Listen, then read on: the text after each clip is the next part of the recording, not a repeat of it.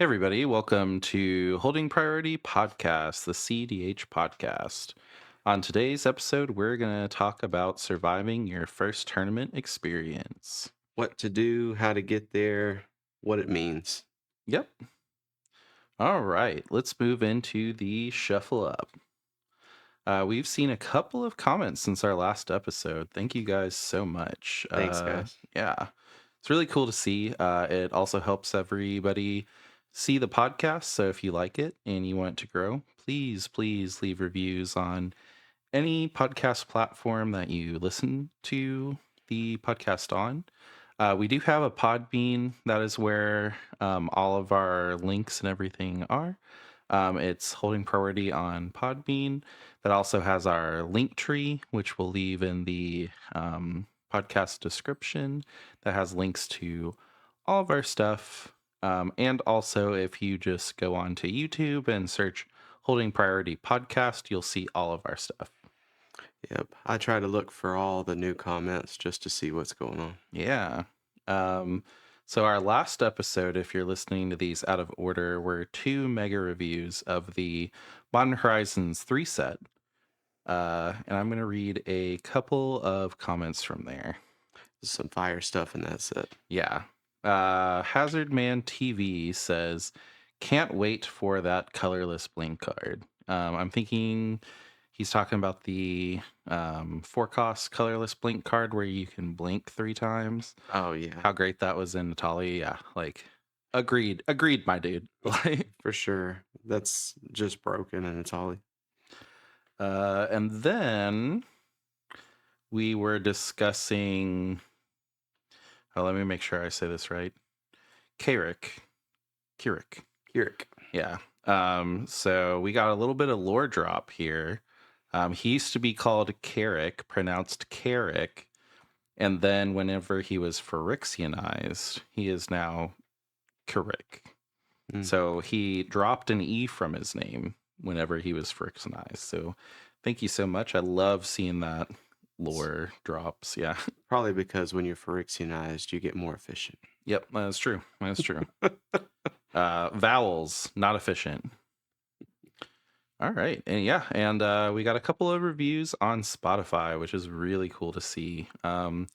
If you review the podcast, it pretty much pushes it to 5 more different people on average. So if you guys could do that, I would really appreciate it. And if you have done it, you are a friend of the show. Yes. All right. Well, let's get into the actual topic at hand. So just as far as tournaments, let's go over some of the basics. So like, how long does a normal tournament last? Well, I would say it can go anywhere from 5 to 8 hours. Yeah. Easy. Depends on how well you do too. Yeah. And the number. Yeah. So if you're looking at a tournament and it has, 60 people, 80 people, you're probably looking at a 2-day tournament almost. Yeah. If you're looking at maybe 20 to 30, it's probably an 8-hour thing. Yeah, it really depends how many rounds of Swiss that they're doing and then how well you do. That's true. We've gone to a bunch of tournaments. Sometimes with lower numbers, they do well. We've done tournaments where they do 2 rounds of Swiss, then cut to top 4, which is not the way to do it. But Which is a big thing to really kind of know what's going on too. Yeah. Most tournaments. Ooh, I feel like I'm gonna get this wrong. Most tournaments do 6 rounds of Swiss, 4 to 6. Yeah, 4 to 6 is about right. I think anything that's gonna have a judge sitting there, I think usually is my call on it. Is probably about 4 to 5. Yeah. 5's a good number. 6 is probably if you hit higher ends. Yeah. And normally what we've seen, and this does fluctuate because there's no set tournament rules. Normally the rounds are 80 minutes. So if you're doing 80-minute rounds, let me get out my calculator here. 80-minute rounds times most of 6. You're looking at least 8 hours just of Swiss, and that's not counting breaks between, lunch breaks, anything like that. Or judge calls. Or judge calls, yeah. Because normally, if the judge has to make a very important ruling, it could take 10, 15 minutes, and then they add that time Mm-hmm. on the round, so Yeah. it'll be extensions. Yeah. And 80 minutes is only the limit on the rounds. So 20% of games goes to ties. So you are most likely going to see every round go over that 80 minutes because that 80 minutes hits, and then either the person that currently is going gets to wrap up their turn, or there is a 1 turn clock, depending on how the tournament does it. Most higher end tournaments will say at 80 minutes, the current person gets to complete their turn, and they need to show a path to victory in a reasonable amount of time. Which is a path to victory could take some time on it. Mm-hmm. So 1 turn could take 30 minutes, Yeah. depending. Like if you end up getting your deck in your hand, like it's just a matter of time. Which we have seen. We have seen a consecrated Sphinx, and several people have their entire decks in their hands, and everybody just literally duking it out in that 80-minute last turn window. And I want to say what it was like an hour delay almost. It caused the whole tournament to go into the next day. Yeah.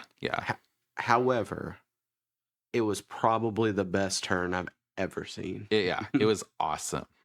Those people that ran that tournament, they don't run tournaments anymore. Just by the way, That's fair. Yeah.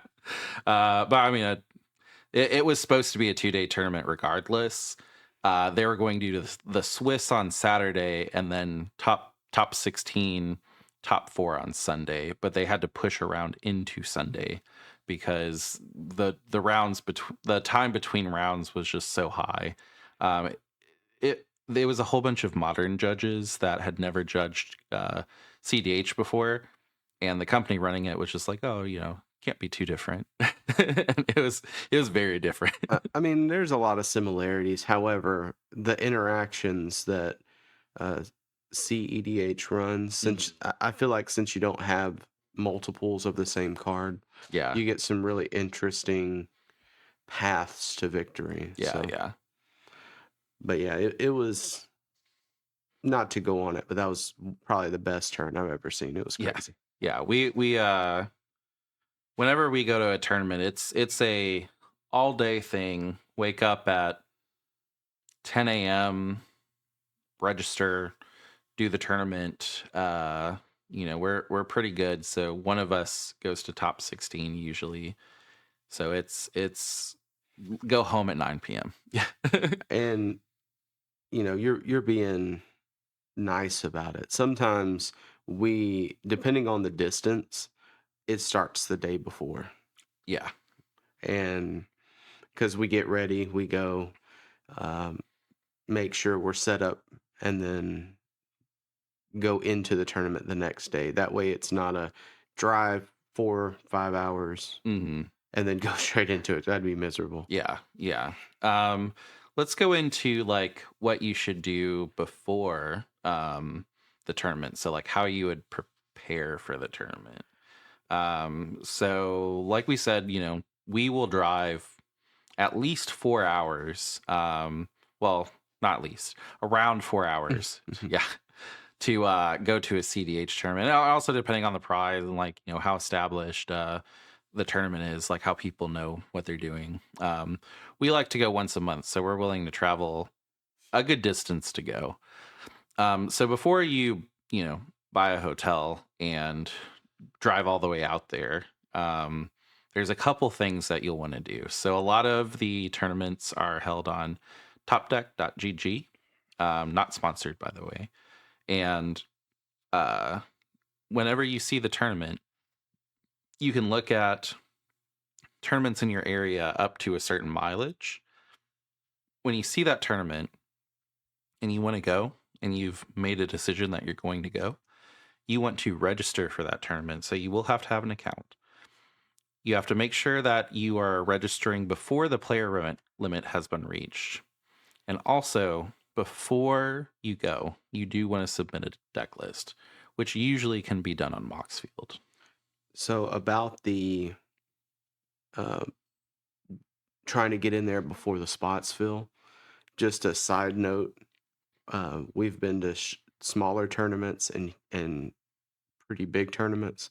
I would say you don't necessarily have to worry about it filling. Mm-hmm. That doesn't happen often unless the Mm-hmm. prize is crazy. Yeah. If it's a time twister, you need to sign up as soon as you can. Mm-hmm. If it's a couple of dual lands or something like that, chances are there's going to be a lot of people on the day of. Yeah.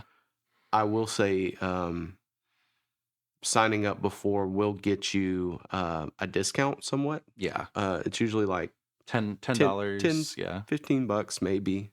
And I mean, if you're already driving, Mm-hmm. that could help. Yeah. For me, the big thing is if I'm gonna drive and get a hotel room, I want to know I have a spot. Uh, You know? true. Yeah. True. I would say like that is correct. Maybe 30% of people sign up day of. They just pop into the shop and go, "Oh, there's a spot." So like, let's say you're trying to do a 64-person tournament, and you're like, "Oh man, only 20 people have registered," and you're like checking the morning of. You will probably get 48 people at that tournament. A lot of the local people, they just are like, yeah, I'll show up day of. Like, what are we at, 20? And then a lot of people that just, do the circuit. Like, I I'm an anxious person. I will not drive without registering because I just don't want to drive and then get turned around. But people do it. So I will clarify a little bit. When I say don't worry about it, I'm usually like these things go a month in advance yeah, usually. yeah, yeah. So if you see it post, I don't know, the first of the month and you're like, oh no, I gotta sign up immediately. That's usually not the case. Yeah. Now, within a week or so, I'm usually signed up and ready. It's Yeah. I have a tournament that I've had saved in my kind of memory banks since May that will happen in the middle of July. And I have not registered for that tournament yet. But 2 weeks out, I will confirm with everyone that we're going. And then once I know that I've committed, I will register. And then probably a couple days before, I'll clean my deck list up, make sure it's current, and then I'll submit it. One thing that you don't want to do is see that the tournament is 2 months away and then just go, okay, and then register and then not go because that throws everything off. If you register and then don't go to the tournament, they do hold your spot. So if the tournament does max out, then you've created a 3-man table that will just get a bye over and over again, which yeah. is not great. A bye means that everybody in there gets the amount of points of a win, but your opponent win rate is like 20%. So if you have a bye, it's weighted as a win, but it's weighted the lowest win. So if there's any tiebreakers to top 16, You lose it. you lose it. So it's not a great experience. And also like we all go to tournaments to play, and those people that get a bye, they literally have to sit there for that round and watch everybody else play, which, you could be watching people play. Even with the 80-minute rounds, you could be watching them play for like 2 hours. Yeah. Yeah. Um, Again, it's not always a bad thing Hmm. because as you're going through these, it is more of an endurance than Yeah. a Yeah. race. Yeah. Unless you're playing Rockside, then it's just a race. Yeah. Yeah. But But yeah, don't register unless you know you're gonna go. Otherwise, it kind of throws the tournament organizers off. And CEDH tournaments are already a huge undertaking to manage, put together, get prizes for. The last thing they need to do is also have people not show up and have to scramble last minute. I would say probably like going into like the night before, so um cross all of the rest of the T's and dot the I's because you Hmm. want to make sure that you didn't make a final change and you Yeah. have you know a card that is no longer in your deck list. Hmm. I've seen lenient rules, but realistically they could disqualify you Yeah. too. So You could get to the end, win it, and then they do a deck check, and you have 97 cards in your deck, and because you had three less cards, it was more likely you get your combos. So you know you might get disqualified. Like, and just some personal prep for me. I make sure I used to run into these things with like 2 to 3 energy drinks, yeah, yeah, yeah, and by the end, I'm dead. yeah. Um, however, I've changed that method. So you get you a couple of like hearty snacks. Jerky is not bad. Um, I like Cliff Bars personally. Yeah. Those are good. And then if you're doing, you, I still have an energy drink, but I don't overdo it. But the what is those electrolyte packets Oh yeah, are those are great great. Yeah, yeah. because it'll refresh you around the middle. Yeah. It's just great. But Yeah. As far as what I do night before, I make sure that I understand the tournament rules. So like, how many rounds of Swiss are we expecting? If they're posted, how long are how long are the rounds? Because that'll make a big difference in how prepared I am. I personally keep a little bag inside of my backpack. That's my kind of survival kit for the day. So I have like, same electrolyte solution. I have cologne. I have deodorant.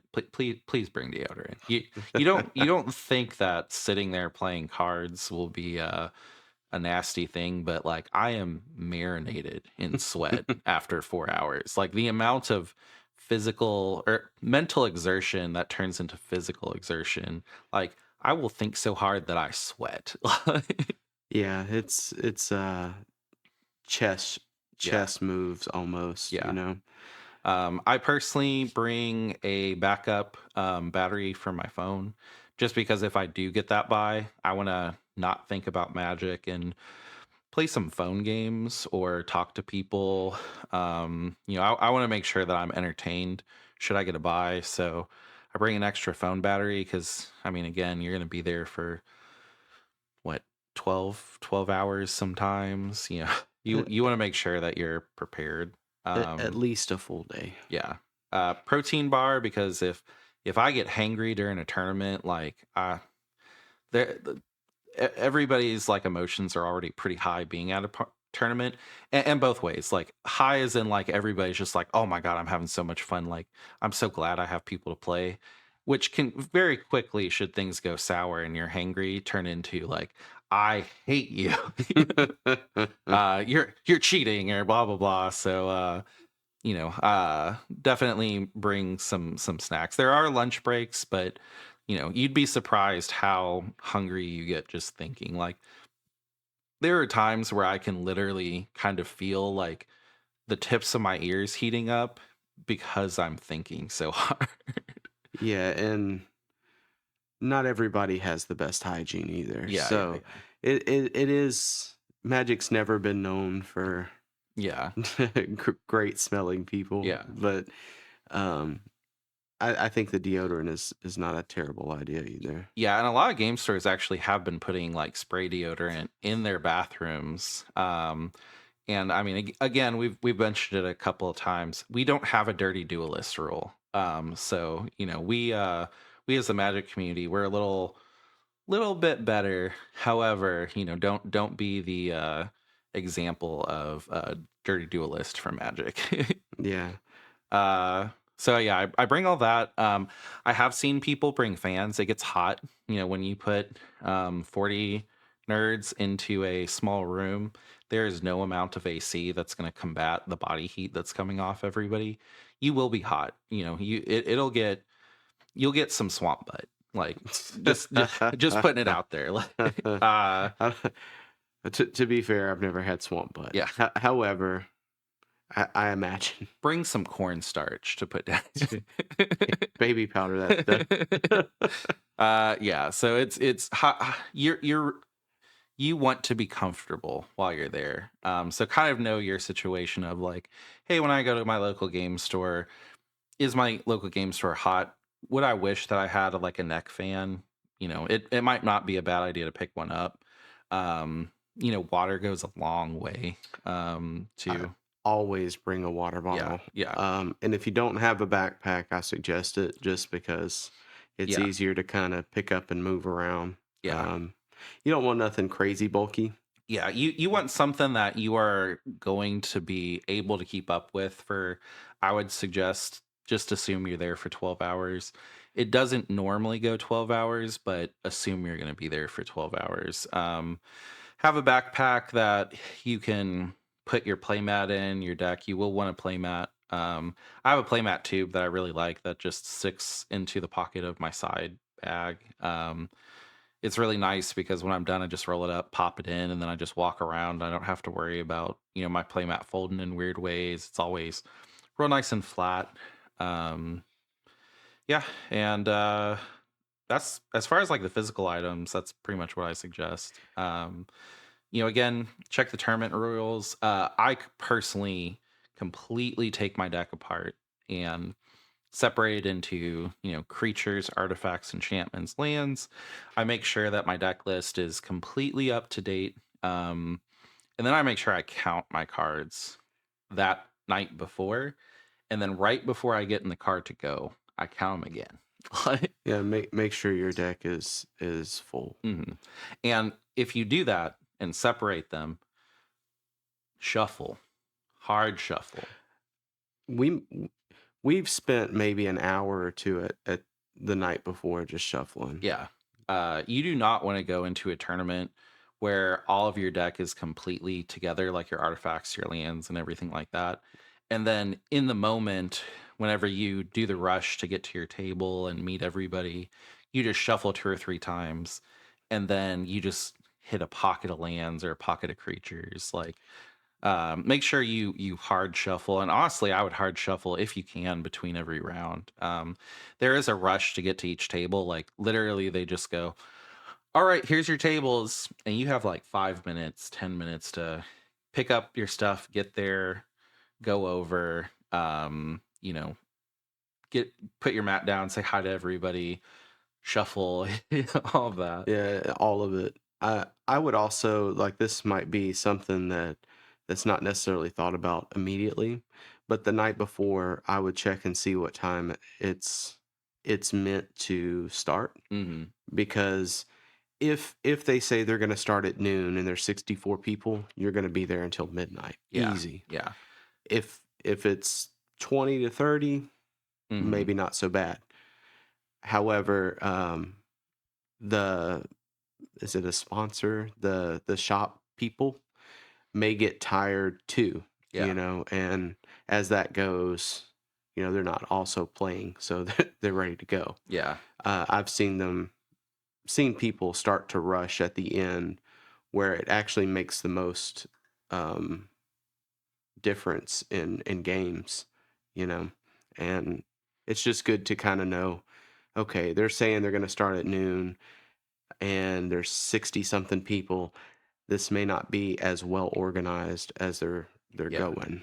Yeah. Another thing that I just completely forgot to mention, in the know what's going on before, know if they accept proxies or not. Oh yeah. Yeah, that's a big thing. Yeah, that's a big thing to miss. There's some tournaments that are not WPN sponsored, which, I mean, Magic has not sponsored CEDH. That's another whole podcast, like right there. But if there is a CDH tournament, proxies are very up and down as far as what's done. My personal rule that I like is up to 10 proxies, and then the rest of your deck has to be non-proxy, like actual legit cards. There are some tournaments that do zero proxies. Every card has to be real. You do not want to show up at a tournament that is a non-proxy tournament with proxies, you will be disqualified. Like, I I personally prefer zero proxies. However, it's not because um, I don't want other people to play. It's more of um, the limits on proxies, and then you also have to have a ruling on proxies that they have mm, to be an actual card. Because I've seen yeah, if you play quite a bit, then you know what certain cards look like, mm, and it saves some of your brain power to be like, "Oh, that's a heuristic study. Okay, I get yeah. it." And if it's, you know, I don't know,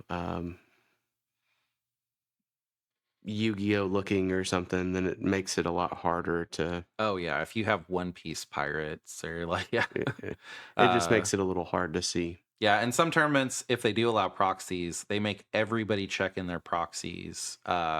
So they will look at your proxies and go like, these, yes, these are allowed. Or like, hey, you have a proxy that doesn't have a secondary sleeve. You need to find a secondary sleeve, like an inner sleeve for it. I do like whenever there's tournaments that have proxies that check them. Um, the reason that number one, I agree that I like the no proxy tournaments personally. Like I do like that everybody can play when there are some proxies, but I like knowing that I'm going against people that have fully invested into their deck and they know how to run their deck very well. And you only get to that level. I'm not going to say you only. Most people only get to that level whenever they have the entire deck completed. We have gone to tournaments where they allowed proxies and we went up against like a Kennen deck that was pulled off the internet the night before, and the person just had you know 50 basic lands that they flipped over to the Magic side and then wrote in pen on the back what they were. Like, When I was discussing it, that's yeah, exactly yeah, what I was yeah, thinking about. I yeah. was like that it costs the game during that actual round. We tied that game, but we only tied because everybody was like, I don't want this guy in the game anymore. Let's all three agree that we're going to take him out so that we're not looking at 20 cards on his side of the field that we cannot read." Yeah, they're all and Yeah. then yeah, it was a miserable experience. It was a stacks cannon too. So Yeah, yeah, and there was some rulings on it, and I remember asking a question. He was like, "It's on the card," and I was like, they had "You written wrote the it." the wrong power and toughness on perplexing chimera. I was like, "You wrote it down, man. Yeah, Like I don't yeah. know." And a lot of tournaments are a little finicky about phones Yeah. too. Yeah. So you couldn't really just look it up Yeah. depending on what tournament you're in. Yeah. So it's like I don't remember exactly what the card does, and then this card is not.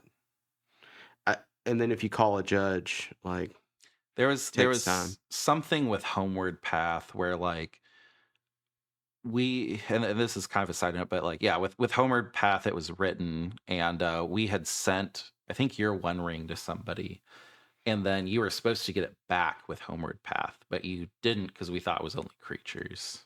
Mm. Or something like that. But yeah, yeah, it It, threw the game off and I remember it was something that was like, well, man, with that I would have drawn, yeah. an extra 15 cards almost, and Mhm. and that changes my deck a lot. Yeah. And this was like a small game store that was just trying their best to get a whole bunch of people to show up to CDH, so they were really lenient. That's not normally the case in tournaments, but we also have such limited like we only play in a certain state.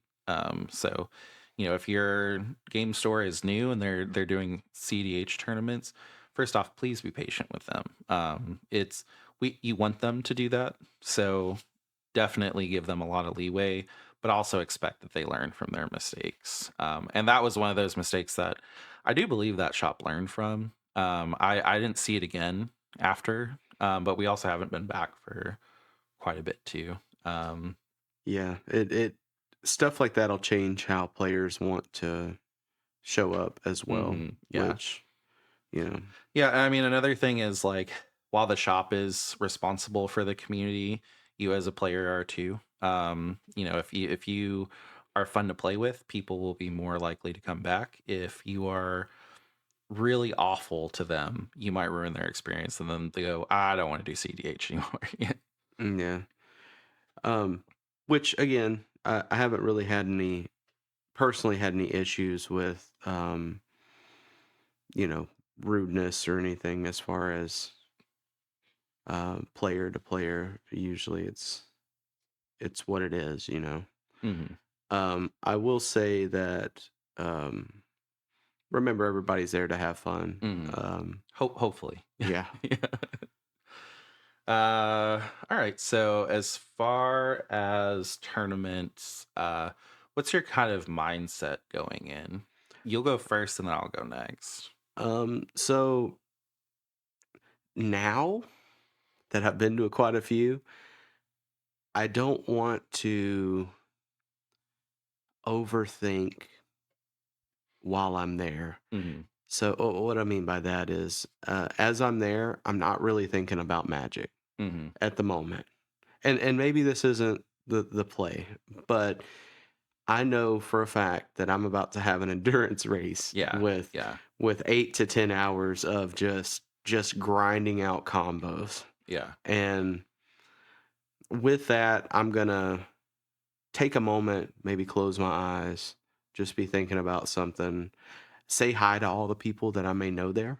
Because Hmm. when we go to places, it's, about 4 hours out, and I don't get to see everybody every day. We go to places and like this gonna sound like a little bit of bragging, but it is. But we'll go to places where like they're kind of just in the corner of some big city, and we'll show up and we haven't shown up in 5 months, and we'll see people that'll come in, they'll be like, oh, you guys are here, like, yeah, what's up? Like it's so cool. Like what a Literally good happened community. Yeah, yesterday. what a good community. Like We weren't at a tournament, but it yeah, was, just playing at a shop because we wanted to buy some MH3 stuff.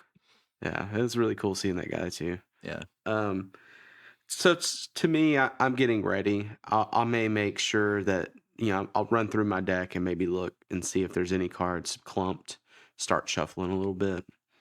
Um, really just endurance is what I've kind of got to it. Make sure I have my water and everything, but Hmm. um, I mean that's pretty much mine. Is just kind of, I know that it's about to happen. I'm gonna take me a moment. Then let's get into it. Maybe say hi to everybody. And just to kind of unhumble you, what percentage of tournaments do you top 16 in?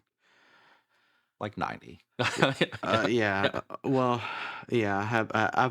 I've been to one where I didn't top 16, or was it two? Not very many. Like it's very rare that we walk out and you didn't get a top 16. You get it more than I do. So your mindset is probably like better than Mm, mine. yeah. Again, there's some things that I just try to kind of clear my mind a bit. Hmm. Again, I've seen people get in and they're like looking through their deck and like, Yeah, l- like frantically up to the minute and, getting ready. and I'm like, man, that looks miserable, guy. You're about to be in here for hours. Yeah. Question: do you play test rounds before the tournament that day? Like, ooh, I try not to. Yeah, same. Yeah, I try not to.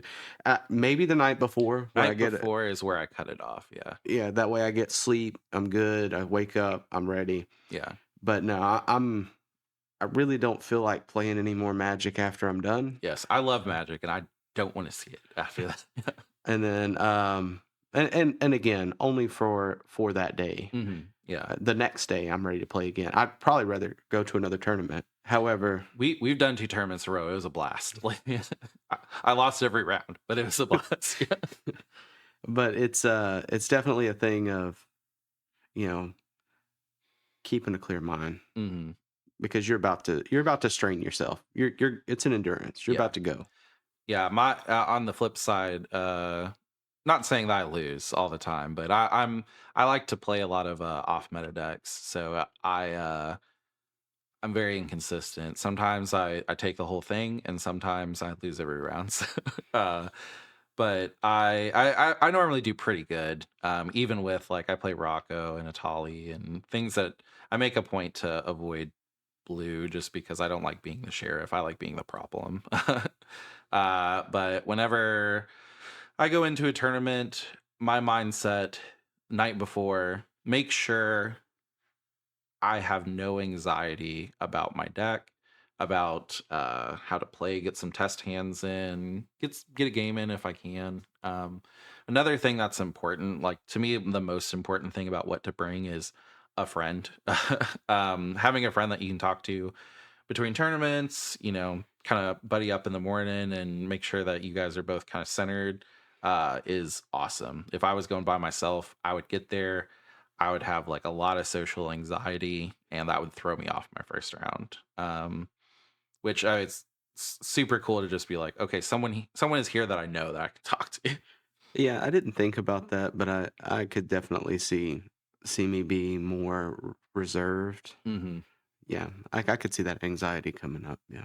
Yeah, and my mindset is same thing where it's like, okay, I this is an endurance test. Am I comfortable? On the way there, I try to make sure that we get there about 30 minutes early because like let's say we start leaving and I'm like, ooh, my throat's a little scratchy. You're gonna be talking to people for 12 straight hours. By the end of it, my voice is a little hoarse.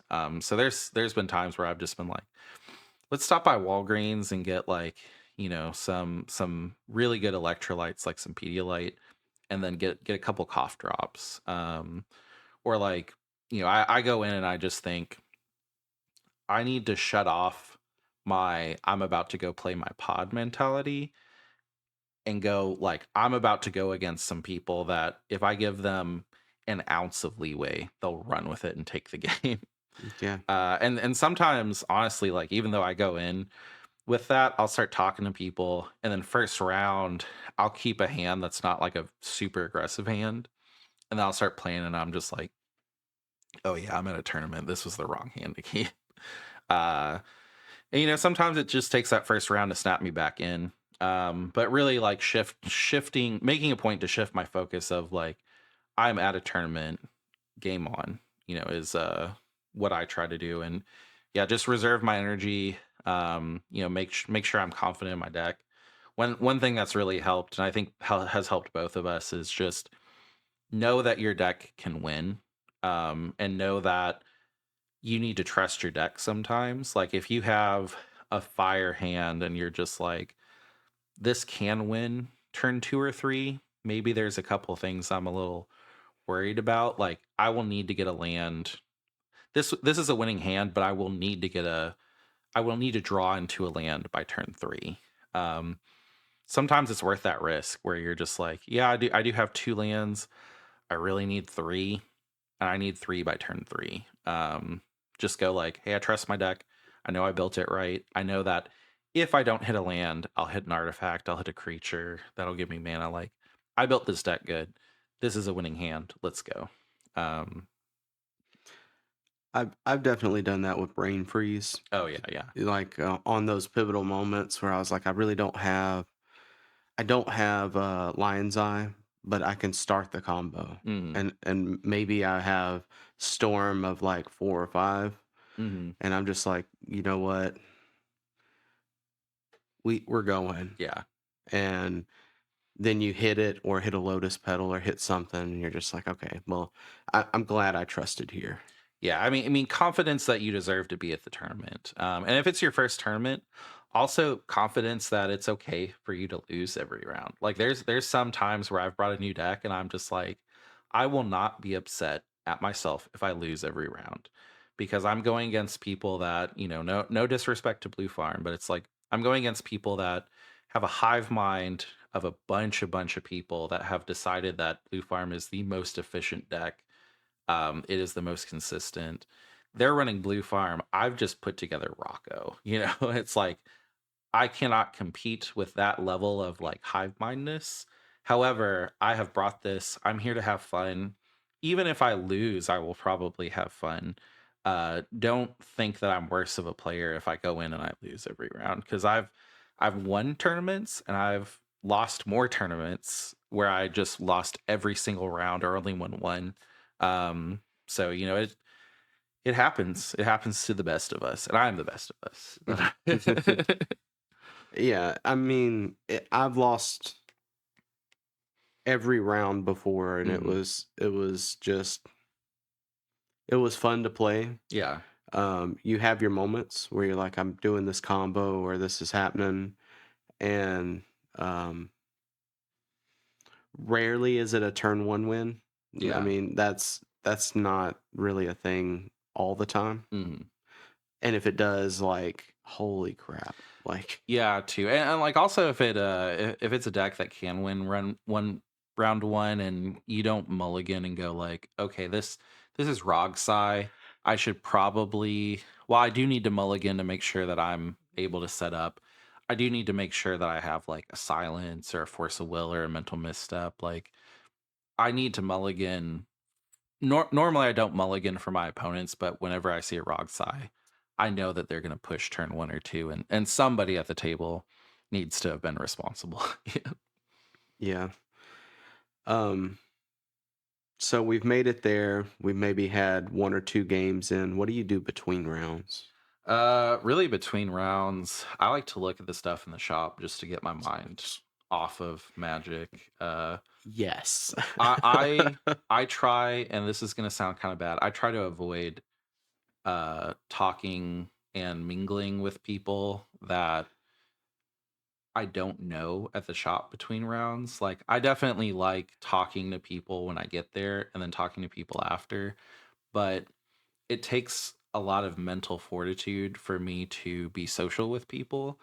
And when someone comes over and it's like, "Oh, hey, I lost my round, blah blah blah. This person was cheating, or blah blah. I would have won it, but I didn't. Oh, my deck is just so good, blah blah blah." Like whenever like their emotions are high because they just lost and they kind of want to talk at somebody and they just happen to choose a stranger who is me, it kind of drains me a little bit. So for the most part, I save my socialness for the rounds themselves, and then I'll go outside a lot too. Like it's amazing how stuffy it gets in there and you won't notice. And then you'll go outside and be like, "Oh, this is good air out here."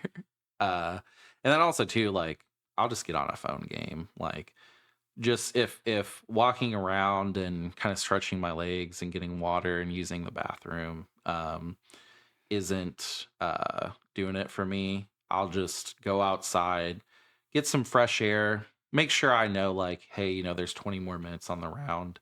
Um, and if everybody finishes the round early, there are some places that just go on to the next round. So you want to be within earshot of what's going on. You don't want to walk across the street to a coffee shop and then come back and Yeah. you've lost your first turn. Yeah. Everybody's been waiting on you. Yeah, I've seen Uh, that too. Sometimes they just go ahead. They're just like, this person's late. You guys do round one. If they come in round two, they can start, but they'll lose a round or something like that.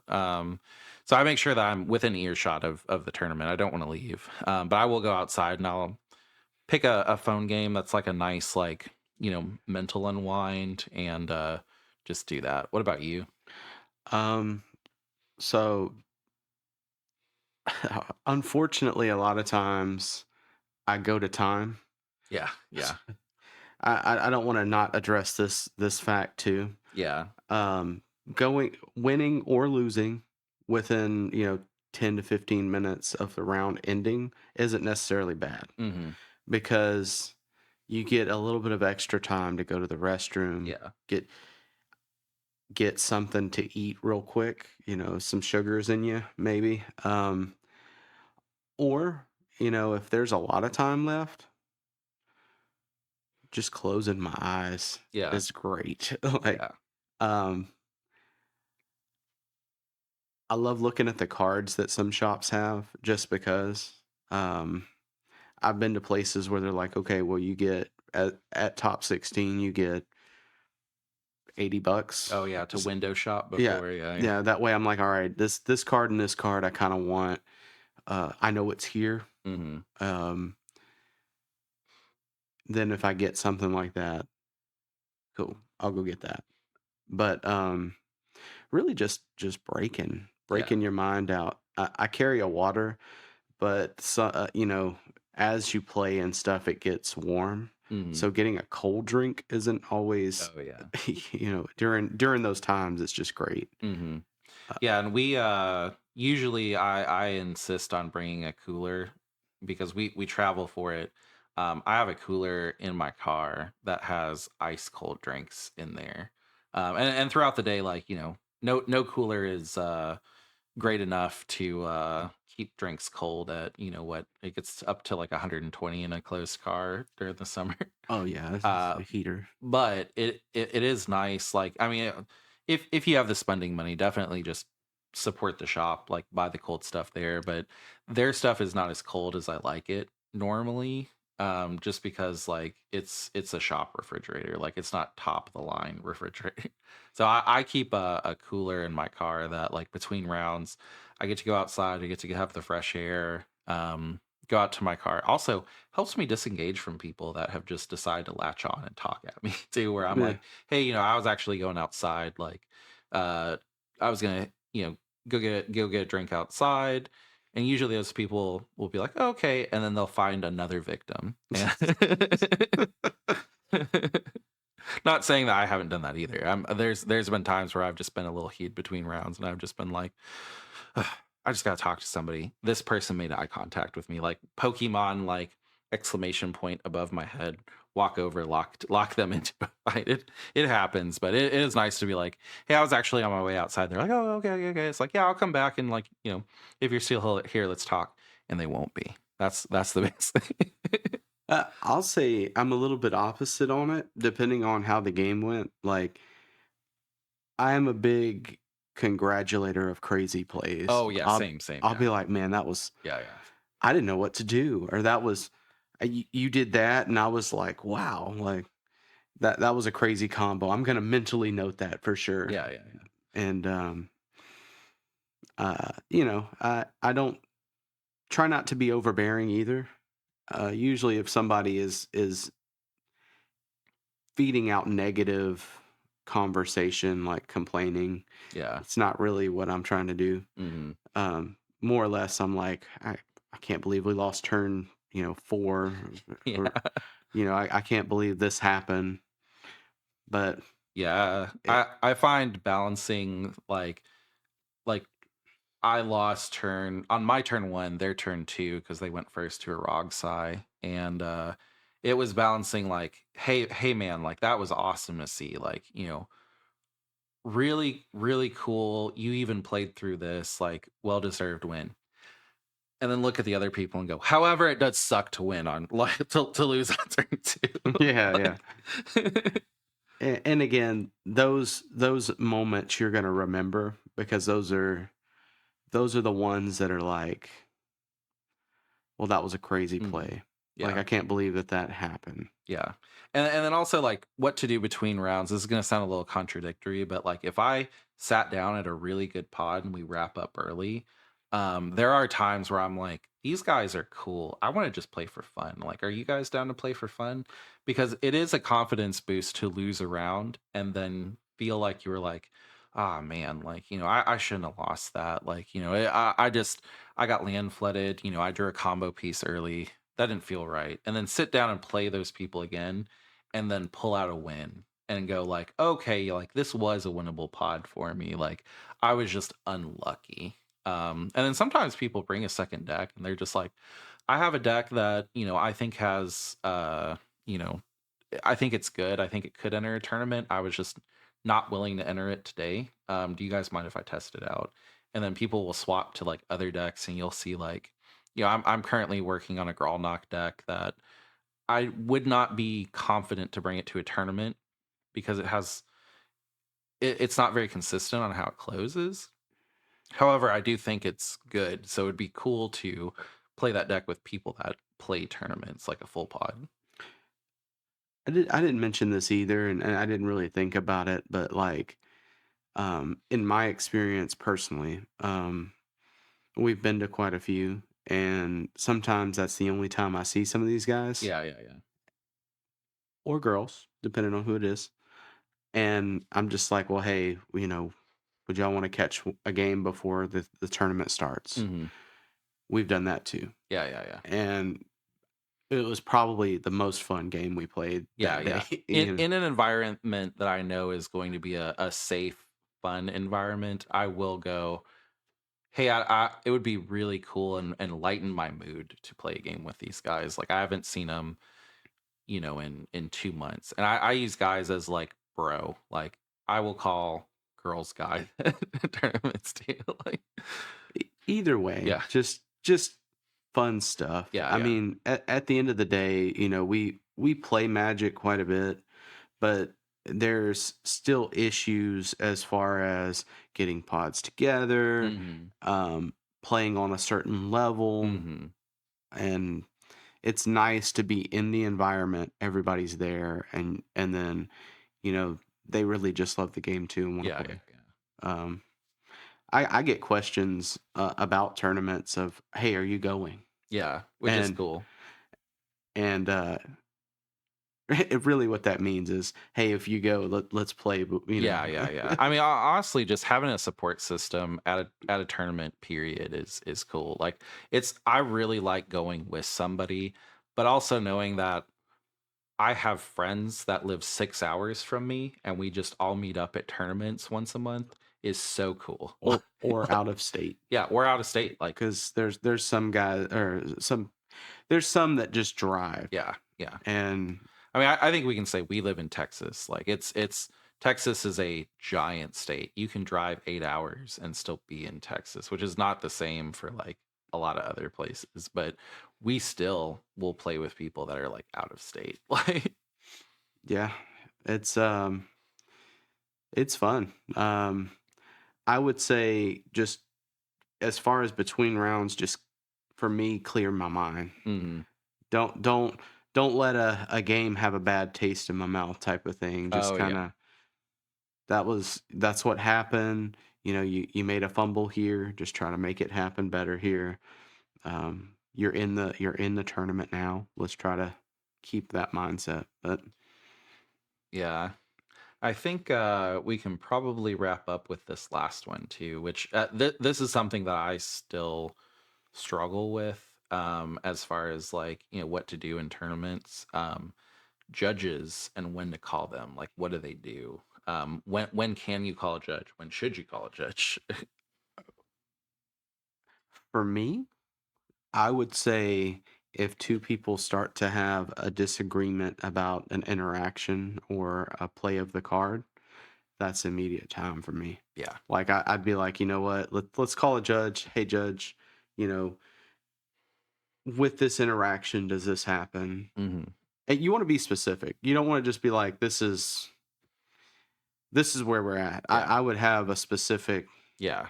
talk to the judge because the judge is he hasn't been watching it so much. He's been walking around doing whatever, and having a good understanding of the scenario gives him the best opportunity or her the best opportunity to um, give a good ruling Yeah. or a fair ruling. Yeah. Call a judge the moment. Don't think that like, oh man, this judge is going to think I'm calling him all the time. Like, if something is going wrong or there is a question about anything that's happening, raise your hand. Like, just say like, hey, I want to call a judge. And even if you're not the active player, if you see somebody doing something and you're just like, I don't think that's how it works, and they're like, well, it is how it works, and you still are like, I would like a second opinion. I'm not saying you're wrong. I'm just saying let's make sure this is a good game. Call over a judge, and please do it early. Like, don't call over a judge 40 minutes into a turn and be like, all right, boy. So like, this is what's going.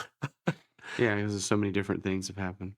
I mean, like, too, like, literally, if there's a disagreement, don't be the person that just folds and goes like, okay, like it's your deck. Like, just call a judge, even if it's just a second opinion.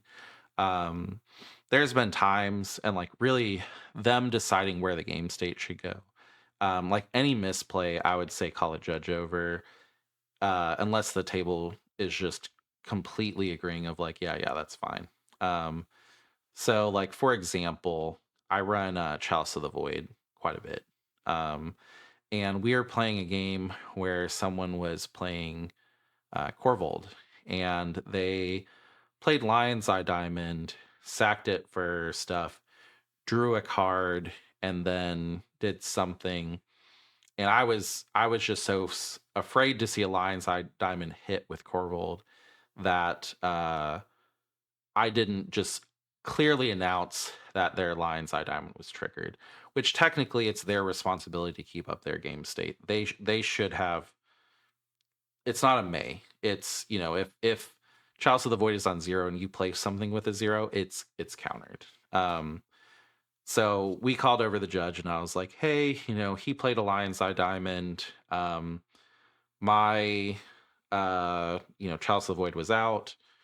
It was countered. However, he kept going, sacked it, and drew a card. What should we do? Because at that point, it's like that person put the card in their hand. No one, no one knows what card was drawn because that's private information. So it's like, how do we rectify this game state? And then the judge will usually just be like, okay, this is not a game warning for anybody. No one did anything wrong. Let's just fix it. This is why I think is the most fair. You know, cool. And then there should not really ever be a time that you just don't agree with the judge. I wouldn't say like always trust the judge, but let's just say like you're very confident that you've seen a ruling and for sure how it works, and the judge says there's a different way. Usually, you can just politely say like, "Hey, I have seen this written in rules.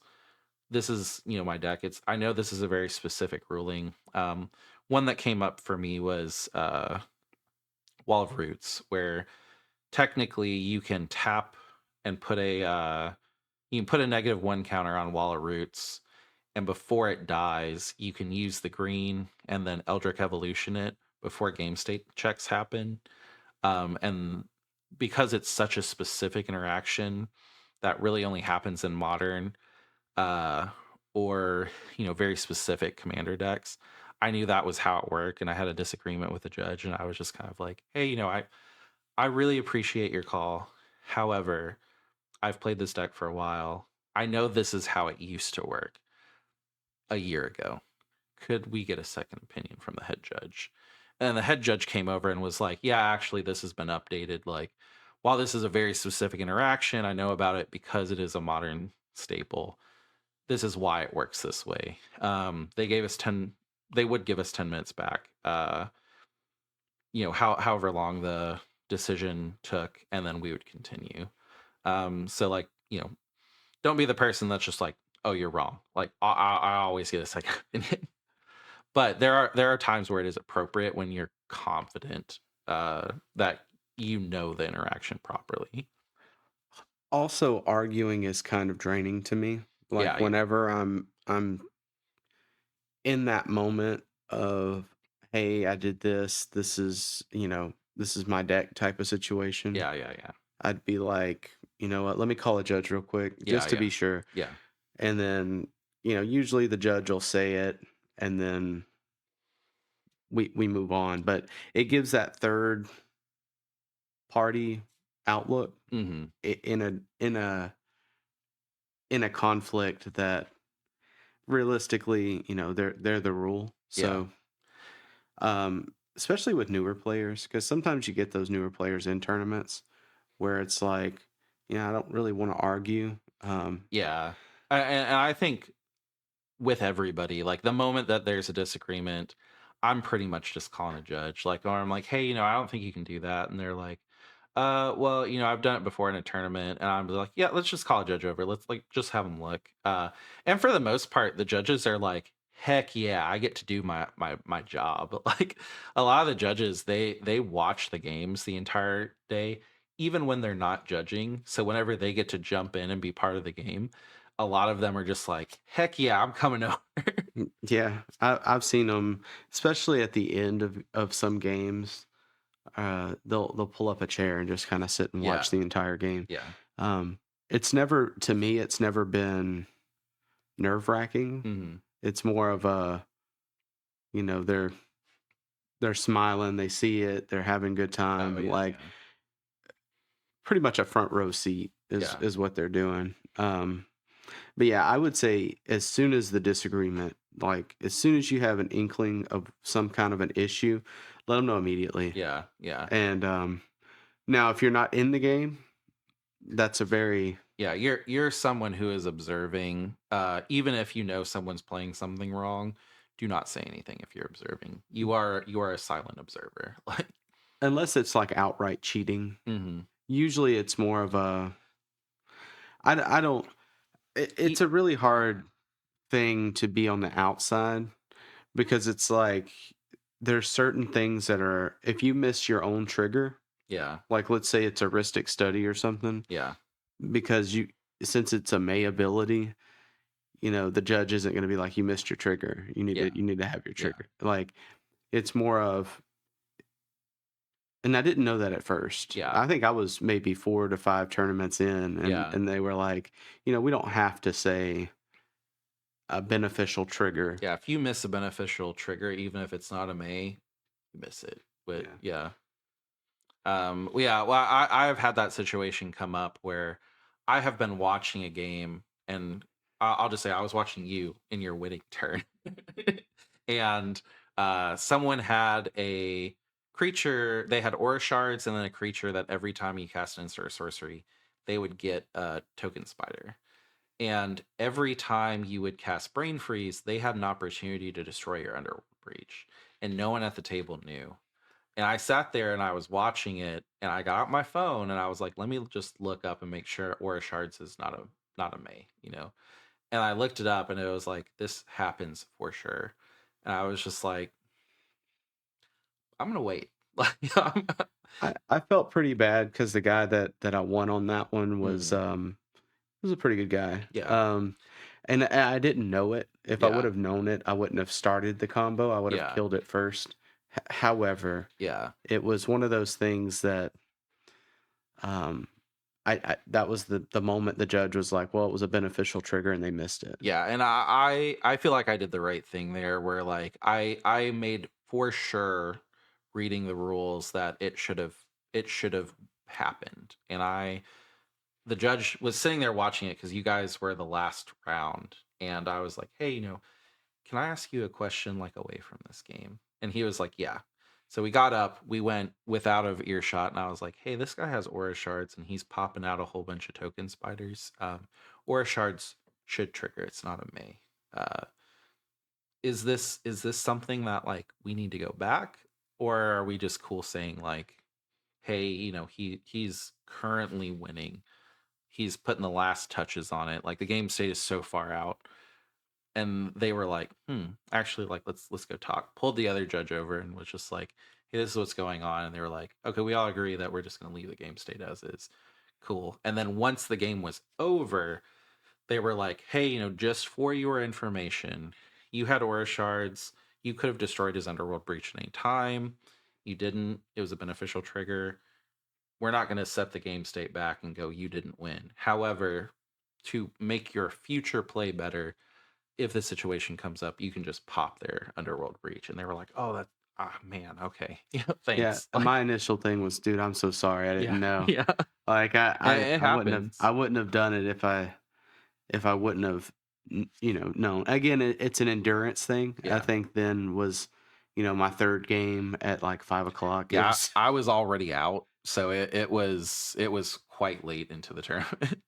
but it was definitely something that was interesting. I won't say I won that tournament, but we as the final four Yeah. decided to just split it. So, I was 1/4 winner, I Yeah. guess. But it was Yes, kind of bittersweet on split that it one. without playing the game because the tournament, the venue that we were in, we're packing up before they went into the final round. And the judges were like, "We totally approve if you guys just want to split the prize." Yeah. uh, I will say that one thing that I'm very uncomfortable with calling judges over is slow play. I feel like that is something that it's really hard to tell whenever, like, someone's specifically just sitting there and going, hmm, hmm, trying to beat the clock out. If they're making game actions, it's not slow play. Like unless it's like a loop that they're just doing over and over and over again. But there has been times where like, I'll use this as an example again, Paco Halden. We were playing a Paco Halden. It was very clear that if we passed to Paco Halden, he was going to win. I, took my turn. I know what I'm doing before my turn most times, and the draw doesn't really change too much. And if the draw does, I'm able to adapt. There's very few times where I actually have to go like, "Hey guys, like I need to think about this," and I take 5 minutes to think about it. But there was one guy that literally made no game actions for 15 minutes and was just putting his hand down, putting one card up. And it was clear he was just trying to drag the time out so Paco Halden didn't get a turn to kill us. And that person didn't call the judge over, and I was not going to call the judge over on their behalf. For me, I think slow play is something you should address with the person.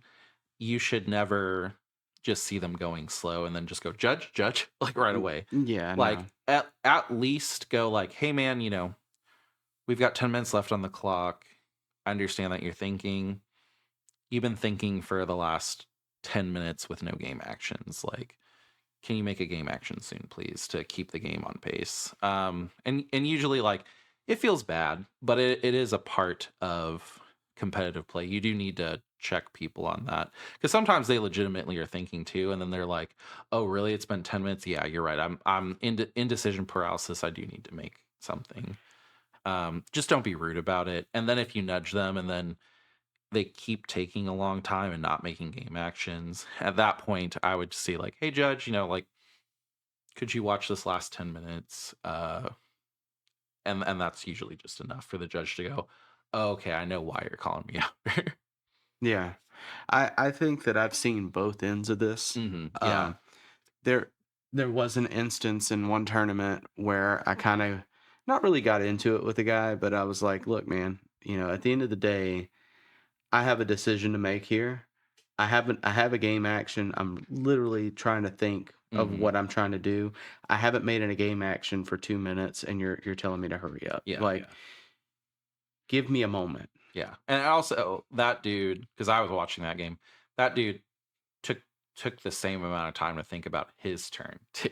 Yeah. And initially it was what 3 cards to pick with intuition, which is, you know, Yeah. My entire deck list, I have to look through every single one. I have my deck in my hand. I'm thinking.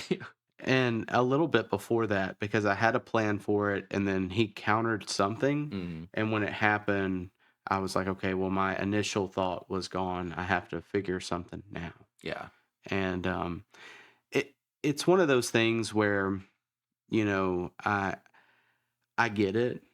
I get you're trying to have another turn, Yeah, but and it is a difference for them between winning and losing. So like, realistically, if you pass a turn at 10 minutes, mhm. just assume you're not going to get another one. And also if you've not been keeping the game on pace the entire game, and just within the last 10 minutes, that's when you decide it's a problem. Too bad, Yeah. Yeah. No.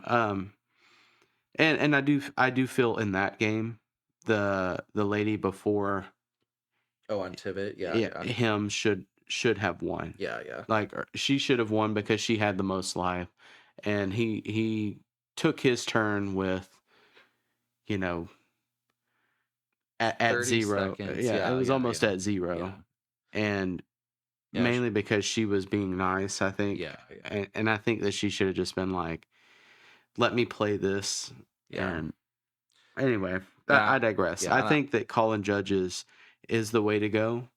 Also, if somebody's not making a game action, there's easy ways to deal with it than just being slightly rude. yeah. And on the flip side, I've had somebody pressure me to go faster because again, they passed with 10 minutes on the clock, and they had a Seedborn Muse and they had Thrasios. So they wanted their request, they were kind of rude about it, but their request was they wanted to get all of their Thrasios triggers and they wanted me to play while they were doing their Thrasios triggers. And I was just like, I am not like, you are not going to make decisions on your Thrasios triggers based off what I'm doing. If you want us to go fast, you have to decide. If you want to turn, you have to decide. Do you do all of your Thrasios triggers? Because you have 6 of them. Or do you just let me take my turn and get back to your turn? You're not going to build and also speed us along and make us play out of sequence. Like, you have 6 Thrasios triggers on the stack, resolve them. Yeah. And I even was like, I'll tell you what, man, I need to see graveyards. I'll look at graveyards while you're doing that. Can I see your graveyard? Can I see your graveyard? And the guy was just like, Judge, he's asking to see everybody's graveyards. You know, he's just wasting time. It's like, you're literally in your Thrasios triggers. Like, you're calling over a judge when you could be Thrasios triggering. Like, either don't do them and speed the game along, or, you know, do them and know you might not get a turn. Yeah. And I mean, we had 30 seconds left too by the time he was just like, come on. It's like, you gotta get through another person's turn, man. Like, that's not gonna happen. Like, Yeah, I get the heat is high in those moments. yeah. How, On both sides. I was mad too. Like, however, I mean, you're playing a game. It's turn based. mhm. You know, if somebody takes 5-10 minutes on their turn, I think that's somewhat reasonable depending on what they're doing. Oh yeah. Um, and you know, in my mind, if I pass a turn, I'm looking at the next turn being 30 minutes Yeah. afterwards. You know, somebody could take a 10-minute turn. If there's 15 minutes on the clock and I pass, I am passing knowing that a tie is the best outcome for me in most cases. Yeah, and I would say, just like, you know, not to digress too much from slow play, but like, slow play is something that needs to be managed throughout the entire game. You can't just in the last 10 minutes decide that you're like, oh hey, you know, now that I might get another turn, I want everybody to go fast. Like, you need to speed along the game from the beginning. And if there's somebody that's taking way too long out of the blue, call over a judge and just ask them to watch. There's been times where, like, someone in our group has said like, hey, you know, this person, all of a sudden they knew I was going to win. They took like a 20-minute turn and there were not very many game actions. And the judge was kind of like, to the person, well, do you feel like you were playing slow? No. Well, he doesn't feel like he was playing slow. So I will say that, like, there's not a lot of that a judge can do in those moments. So you need to have that time pressure the entire game. If you feel like the game is going to go to time, and be nice about it. You know, if you're starting the game and saying like, hey guys, like, you know, I understand that thoughts need to happen. However, like, I do just want to remind people, once, if I feel like somebody's taking a little bit too long, I'll be like, hey, you know, let's move the game along. Just a forewarning, I will do that. I'm not trying to be rude about it. I'm just trying to make sure everybody gets the same amount of time. I've had somebody do that, and they were playing Kennen, so I mean, Kennen doesn't really take a lot of time. And I was like, you know, I do kind of appreciate that they're level setting with us before, not just, you know, oh hey, go. Yeah. I think that in those situations, you need to really just understand where the game is going, maybe Mhm. what the decks you're playing are as Yeah, well. Like, I know that if Frog Side takes a turn, yeah, you know, it's probably going to be somewhat fast. I would yeah. say Kennen is somewhat fast. I would say something like Krakashima could take Oh could yeah, literally take an hour turn yeah. depending on I mean, what point in the I took game. a 40-minute turn on a Tali because somebody made me play out every single trigger. I was like, I can show you what in my deck I can play with all of these triggers independently, and even if they don't, even if they're not on the same trigger, I will win eventually. I will get E-Witness out, Mind Goblin, and Cloudstone, and then with a Thunder or a Lightning Bolt, I'll bolt the table because I'll keep getting it back and keep getting red mana from this. And they were like, "Nah, let's play it out." And I was like, "Okay, well, I'm gonna win for sure, but let's go." I think with something like that, it would depend on the ruling. Yeah, Now, if I'm Krakashima and somebody's like, you've got 20 minutes to close it, I get it. yeah, I yeah, get it. If it's in that instance, and maybe you have 2 minutes, Yeah. I could see I can see that mindset of, yes, you have win, Yeah. but the rules state once timer's over, game ends. Yeah. And this was a win I presented in the first 10 minutes. So I had 70 minutes to play it out. So I Oh, was yeah, like, yeah, I yeah. respect the fact you want me to play it out. I will. However, if it gets in my mind, I was like, if it gets to a point where I need to call a judge over, like I will call the judge and be like, hey, this is what exists in my deck. It's very clear with all of these triggers that I will get this. What should we do to proceed? Because I have a clear path to victory, which is when it comes down to time, the most important part. The fact that you can provide a clear path to victory, and if they agree to it, whatever. But yeah, I was willing to play it out. I had the entire round to play it out. Uh cool. Yeah, I mean I think we've covered tournament survival pretty well. Do you have any closing thoughts or any random suggestions or tips?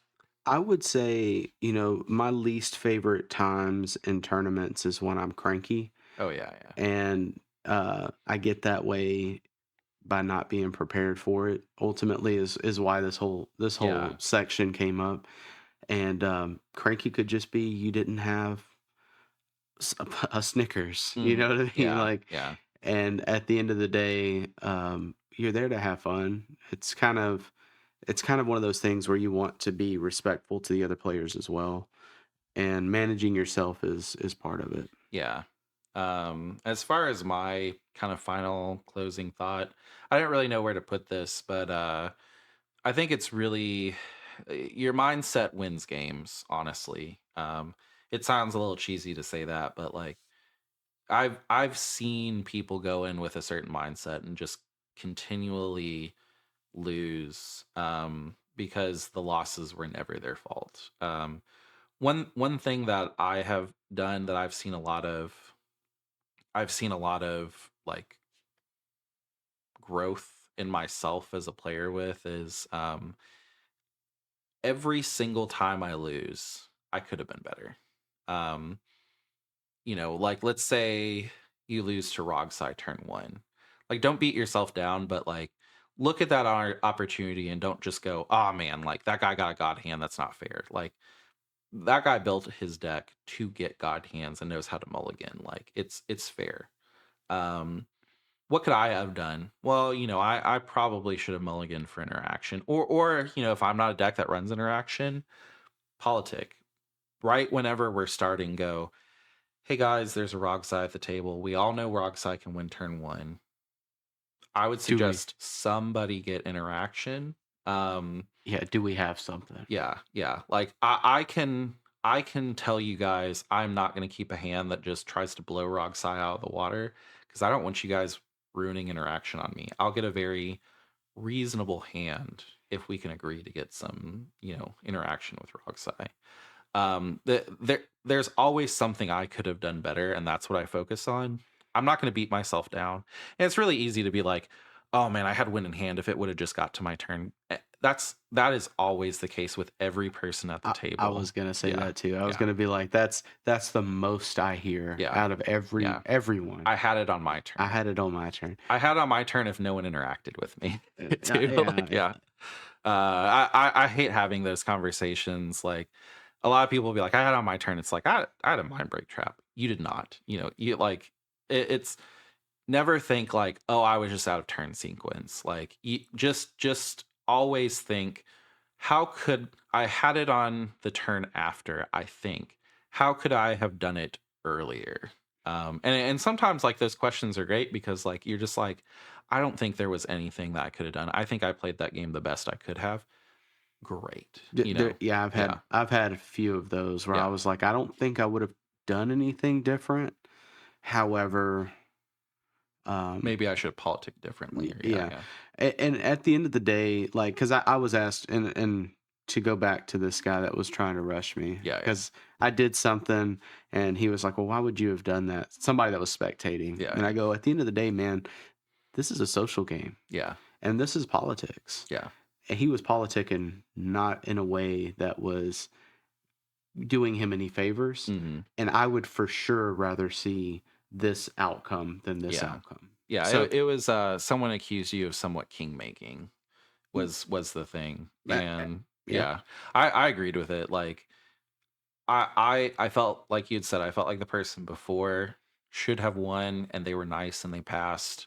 And then you can't remember what you did, but you played something that it was yeah, a consultation for a counter. yeah. You played something that gave the person that was nice and passed a fair shot at it. And it was pretty much, hey, I don't like how you've played. If you can play through this, you'll prove me wrong and you deserve it. However, if you can't, I do feel like that other person should win. And they did play through it, and they I still don't think they deserved it. However, they did play through it. And yeah, I mean, I wouldn't say like do spite plays. But there are times where it's like, hey, would this is 80% of this is a social game, honestly. Like, um, you didn't social right. That was a failure of your gameplay. I would maybe like another turn. Let's do this. Yeah. Yeah, I'm willing to risk not having a turn and giving it to the person Yeah. here.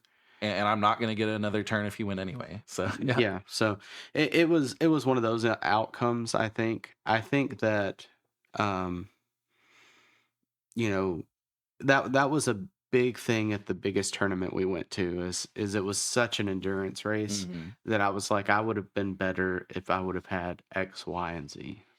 Yeah. And the next one, much easier. Yeah. I mean, in endurance race, make sure you're comfortable and don't spend time thinking, "Oh, I would have had it on my turn." Like that person was just lucky. Like that is wasted energy. That does not get you or anybody else anywhere.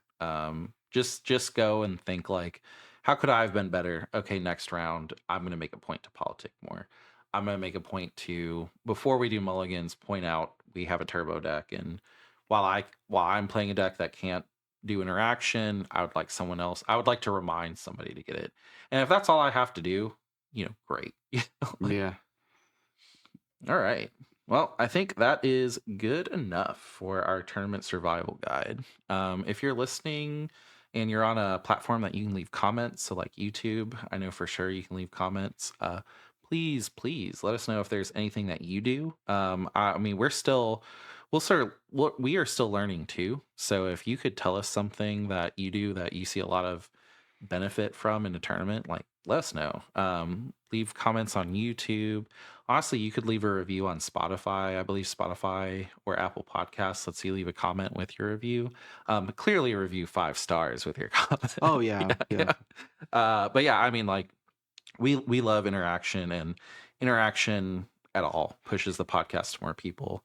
Likes, reviews, comments, we'd love to read them on the shuffle up, so please share with your friends, just interact with us in any way you feel comfortable. Like, it's very appreciated. Or just tell us your little story of something that could have Yeah. happened. I mean, I'm sure it happens at every game. There's that's why we do it. Yeah. But Or if uh you have a complaint you just want to send out into the void of the yeah. internet, like, and not necessarily about us. If you have a complaint about us, like, let us know. But if you have a complaint about, like, yeah, I went against this person and they were mean, just send out into the void on the internet as a comment on us, and you'll get it off your chest and you'll do something nice for us that'll push us to more people. So Yeah.